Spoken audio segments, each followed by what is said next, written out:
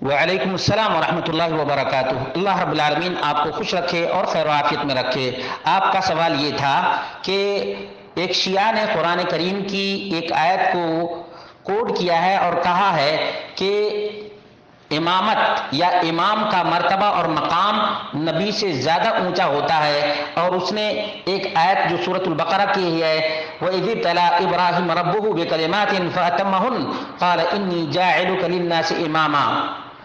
جب ابراہیم علیہ الصلوۃ والتسلیم کو ان کے رب نے کئی باتوں سے آزمایا اور انہوں نے سب کو پورا کر دیا، تو اللہ رب العالمین نے فرمایا کہ میں تمہیں لوگوں کا امام بنا دوں گا۔ تو کیا اس سے معلوم ہوتا ہے کہ شیعوں کے جو 12 امام ہیں ان کا مقام اور مرتبہ نبی سے اونچا اور بلند ہے؟ اس کا جواب یہ ہے کہ شیعوں کے امام کا، ان کے تو 12 امام ہیں نا، کسی امام کا تذکرہ کیا گیا ہے یہاں پہ؟ نہیں، ابراہیم کو اللہ رب العالمین نے امام بنایا، تو پھر ان کے 12 اماموں کا تذکرہ کہاں سے آ گیا؟ جہاں تک دوسری آیت ہے سورہ بنی اسرائیل کی، اس میں اللہ رب العالمین نے فرمایا یوم ندعو کل اناس بامامہم فمن اوتی کتابہ بیمینہ فاولئک یقرؤون کتابہم ولا یظلمون فتیلا۔ جس دن ہم ہر جماعت کو اس کے پیشوا سمیت بلائیں گے، پھر جن کا بھی اعمال نامہ دائیں ہاتھ میں دے دیا گیا وہ تو شوق سے اپنا نامہ اعمال پڑھنے لگیں گے اور ذرہ برابر ان کے اوپر ظلم نہ کیا جائے گا۔ یہ سورہ بنی اسرائیل کی یا سورہ اسراء کی 71 نمبر کی آیت ہے۔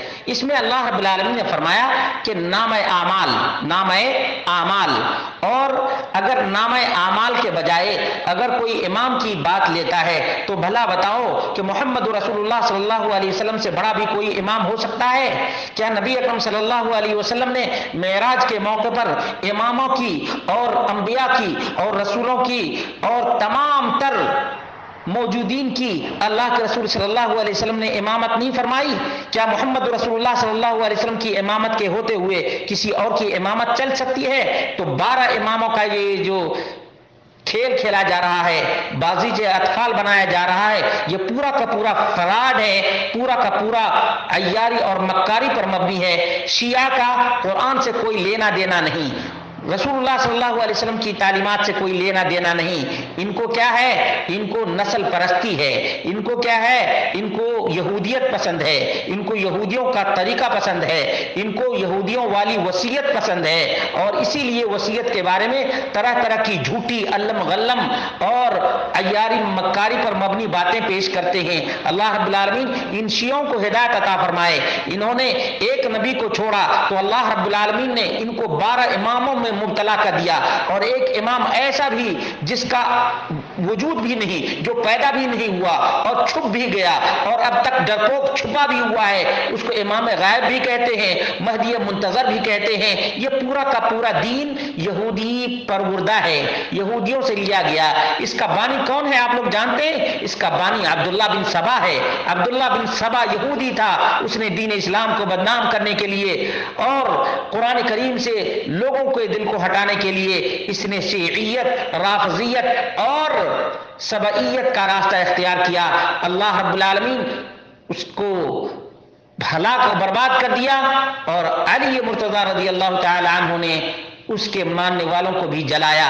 لیکن آج کے یہ جو رافضی شیعہ سبائی ہیں، ان کو اللہ رب العالمین یا تو ہلاک کر دے، یا اگر ہدایت کے مستحق ہوں تو اللہ رب العالمین ان کو ہدایت عطا فرمائے۔